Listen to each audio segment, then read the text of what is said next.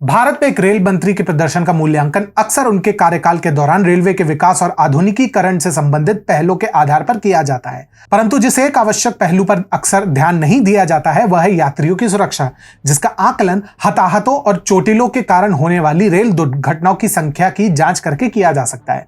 नमस्कार, यह है TFI और मैं अनिमेश पांडे। 1998 से 2023 तक प्रत्येक रेल मंत्री के कार्यकालों को देखते हुए दो प्रमुख मापदंडों प्रतिदिन हताहत यानी CPD और प्रतिदिन चोटिल यानी IPD का उपयोग करके उनकी कार्यशैली का मूल्यांकन करूंगा। यह मैट्रिक्स कार्यालय में उनकी शर्तों के दौरान सुरक्षा रिकॉर्ड में एक दिलचस्प परिप्रेक्ष्य प्रदान करते हैं।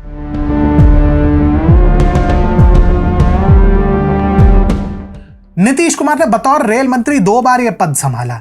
आज जो लोग इनके नैतिकता पर प्रशंसा के पुल बांधते नहीं थकते, वे शायद भूल जाते हैं कि जिस गाइसल दुर्घटना के पीछे इन्हें त्यागपत्र देना पड़ा, उसके ठीक बाद 2001 में जब इन्होंने पुनः पद संभाला तो 2002 में इन्हीं के कार्यकाल में रफीगंज जैसी त्रासदी भी हुई। उनका प्रथम कार्यकाल जो मार्च 1998 से अगस्त 1999 तक फैला था, कई महत्वपूर्ण रेल दुर्घटनाओं का साक्षी बना, जिसमें लगभग 1.167 का CPD और लगभग 1.274 का IPD हुआ।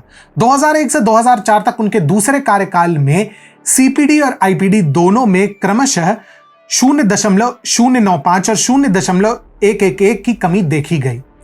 उनके दो कार्यकालों के लिए संयुक्त CPD और IPD क्रमशः लगभग 0.438 और 0.484 हैं।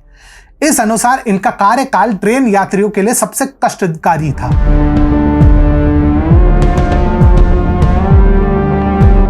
ममता बनर्जी ने भी नीतीश की भांति 2 बार कार्यकाल संभाला और वो भी 2 अलग अलग गठबंधनों की ओर से। उनका प्रथम कार्यकाल अपेक्षाकृत छोटा था, जो केवल 153 दिनों तक चला। इस समय के दौरान लगभग 0.294 के CPD और लगभग 0.980 की IPD दर्ज हुई। 2009 से 2011 तक ममता बनर्जी के दूसरे कार्यकाल में CPD और IPD में निरंतर वृद्धि देखी गई। उनके 2 कार्यकालों के लिए संयुक्त CPD और IPD क्रमशः लगभग 0.301 और 0.739 थे। ऐसे में इनका कार्यकाल भी कम कष्टकारी नहीं था, भले ही कुछ लोग इस पर चर्चा करने से हिचके।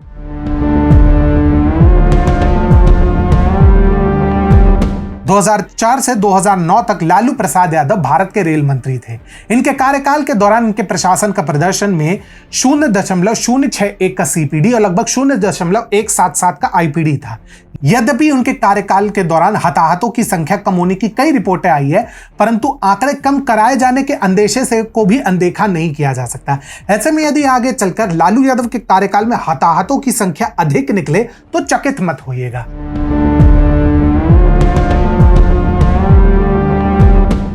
उक्त मंत्रियों ने अपेक्षाकृत कम कार्यकाल पूरा किया और सबका कार्यकाल 1 वर्ष से भी कम का था। उनकी CPD और IP संख्या 0 से लेकर मुकुल रॉय के मामले में 0.188 और 0.795 तक भिन्न थी, परंतु उनके छोटे कार्यकाल के कारण ये आंकड़े उनके प्रदर्शन का पूर्ण प्रतिनिधित्व प्रदान नहीं कर सकते हैं।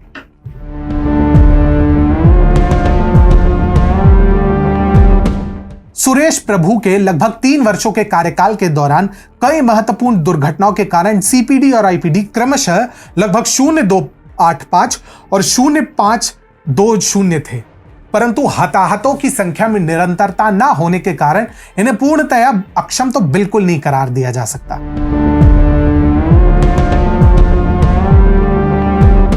2017 से 2021 तक पीयूष गोयल के कार्यकाल में कम CPD और IPD लगभग 0.050 और 0.076 देखा गया। ये किसी भी रेल मंत्री के लिए सर्वोत्तम आंकड़े हैं और 2021 में तो भारतीय रेलवे ने लगभग नगण्य दुर्घटनाओं का रिकॉर्ड दर्ज किया था।